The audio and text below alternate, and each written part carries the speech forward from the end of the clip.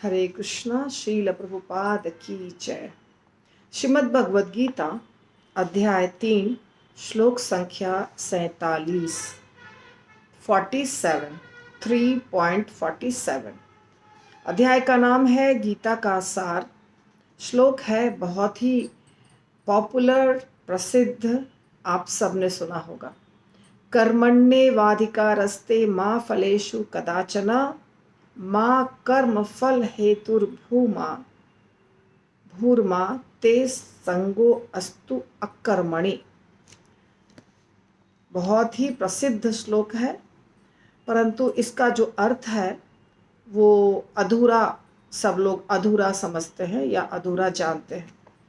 आज हम पूरा श्लोक का शब्दों के साथ, शब्द के अर्थ के साथ समझने का प्रयास करेंगे, जो श्रील प्रभुपाद के द्वारा है। श्रील प्रभुपाद की जय। कर्मणि, कर्म करने में, एव निश्चय ही, अधिकार, अधिकार, ते तुम्हारा, माँ कभी नहीं, फलेषु फलों में, कदाचन कदापि, माँ कभी नहीं, कर्म फल कर्म का फल, हेतु कारण, भू हो, माँ कभी नहीं, ते तुम्हारी, संगह आसक्ति, अस्तु हो, अकर्मणि कर्म न करने में। तुम्हें अपना कर्म करने का अधिकार है, किंतु कर्म के फलों के तुम अधिकारी नहीं हो। तुम न तो कभी अपने आप को अपने कर्मों के फलों का कारण मानो, न ही कर्म न करने में कभी आसक्त हो। ये हो गया इस श्लोक का अर्थ। कर्मणि एव अधिकारः ते, ये शब्द हैं 4, और 4 शब्दों को जोड़ करके बनाया गया है कर्मण्येवाधिकारस्ते। कर्मणि एव अधिकारः ते, तुम्हें अपना कर्म करने का अधिकार है, इसका अर्थ है।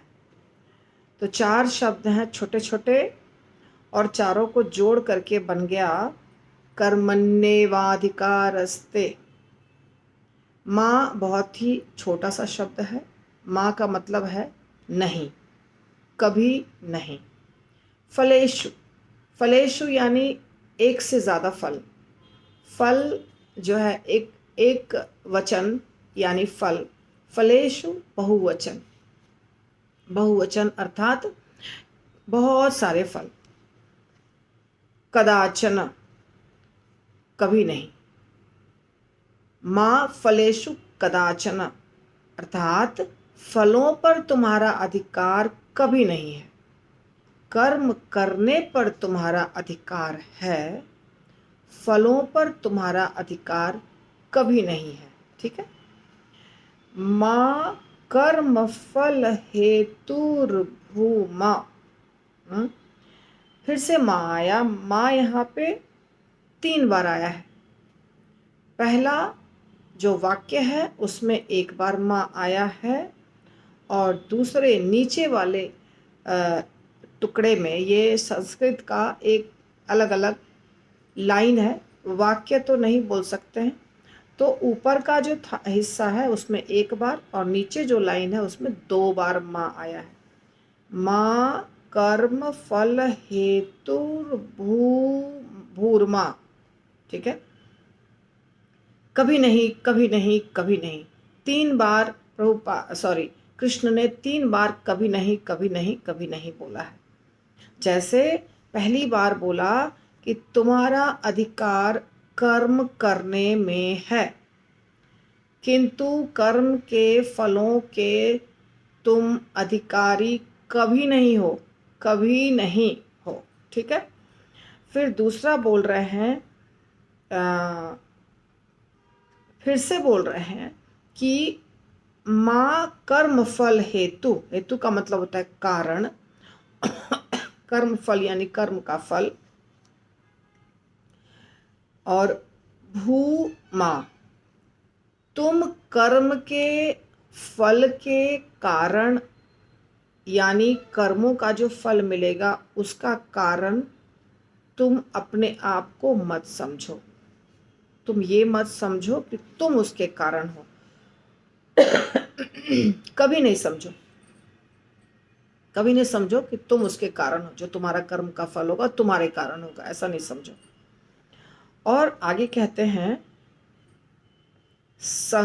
ते तुम्हारी संगह अस्तु अकर्मणि। अब तुम अपने फल के कारण नहीं हो, तुम्हारे कर्मों के फल के कारण तुम नहीं हो, तो संग यानी आसक्ति, संग आसक्ति अस्तु अकर्मणि, कर्म न करने में, अर्थात तुम कर्म न करने में आसक्त मत हो। तो यहां फिर से माँ आया, माँ ते संगो अस्तु अकर्मणि। तो यहाँ हमने देखा, ठीक से अच्छे से अगर हम देखते हैं तो हम आपको सिंपल भाषा में अर्थ समझा रहे हैं। तुम्हारा कर्म करने में अधिकार है, कर्म के फल में या कर्म के फलों में तुम्हारा अधिकार बिल्कुल नहीं है। तुम अपने आप को कर्मों के फलों का कारण मत मानो, कभी नहीं। हाँ, कभी भी तुम अपने आप को कर्मों के फलों का कारण मत मानो और कर्म न करने में आसक्त मत हो। कर्म न करने में, इसका अर्थ ये है कि हमें कर्म करना है। थोड़ा कॉम्प्लिकेटेड लग रहा होगा, तो अभी एकदम स्पष्ट बता रहे हैं आपको हम। हमें कर्म करना है, कौन सा कर्म करना है ये हम डिसाइड करेंगे। अच्छा बुरा ये हम एक जीवात्मा डिसाइड करता है। तो हमें कर्म करना है, कर्म के फल के बारे में सोचना नहीं है, क्योंकि कर्म का फल हम खुद तय नहीं करेंगे। हमारे कारण हम उसके मालिक नहीं हैं और हम उसको तय भी नहीं कर सकते। इसीलिए हमें सिर्फ कर्म करके छोड़ देना है और वो कर्म का फल देने वाले जो भगवान हैं वो डिसाइड करेंगे कि हमको क्या फल मिलेगा। चूँकि हम कर्म के फल के कारण नहीं हैं और हमारा उस पर अधिकार भी नहीं है, इसलिए कर्म नहीं करें ऐसा हमें सोचना नहीं है कि हमको कुछ होने ही वाला नहीं है, हमारे हाथ में फल है ही नहीं, तो कर्म क्यों करें, छोड़ देते हैं। ऐसा नहीं करना है। कर्म न करने से भी आसक्त नहीं होना है।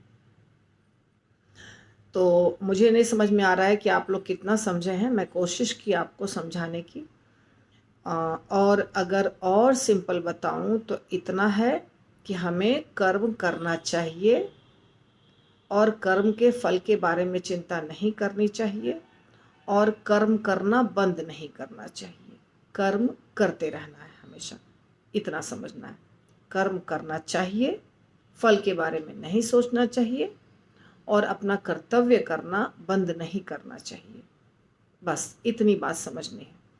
अब श्लोक कैसे याद करना है देखिए, थोड़ा बड़ा बड़ा शब्द है यहाँ, लेकिन आपने इस श्लोक को बहुत बार सुना है इसलिए याद हो जाएगा। पहला है कर्मणि एव अधिकारः ते, और एक साथ ही बोलना है इसको, कर्मण्येवाधिकारस्ते, कर्मण्येवाधिकारस्ते। ये 4 शब्दों को मिलाने से ऐसा बन जाता है कर्मणि एव कर्मण्ये, कर्मणि एव कर्मण्येव अधिकारः ते अधिकारस्ते। फिर माँ फलेषु कदाचन माँ, ये सिंपल शब्द हो गया। कर्म फल हेतु, कर्म फल हेतु, ये हो गया सिंपल सिंपल शब्द, तीनों को जोड़ दिया गया है। और भू माँ, भू माँ, ये छोटे छोटे शब्द हैं, तो इस प्रकार ये 4-5 शब्दों को जोड़ा गया है। कर्म फल हेतुर्भूमा, यहाँ पे 2 बार रेफ आया है, हेतुर्भूर्मा, हेतुर्भूर्मा। अब इसको अलग भी बोल सकते हैं, अलग अलग, और नहीं तो हेतुर्भूमा, हेतुर्भूमा ऐसे बोल सकते हैं।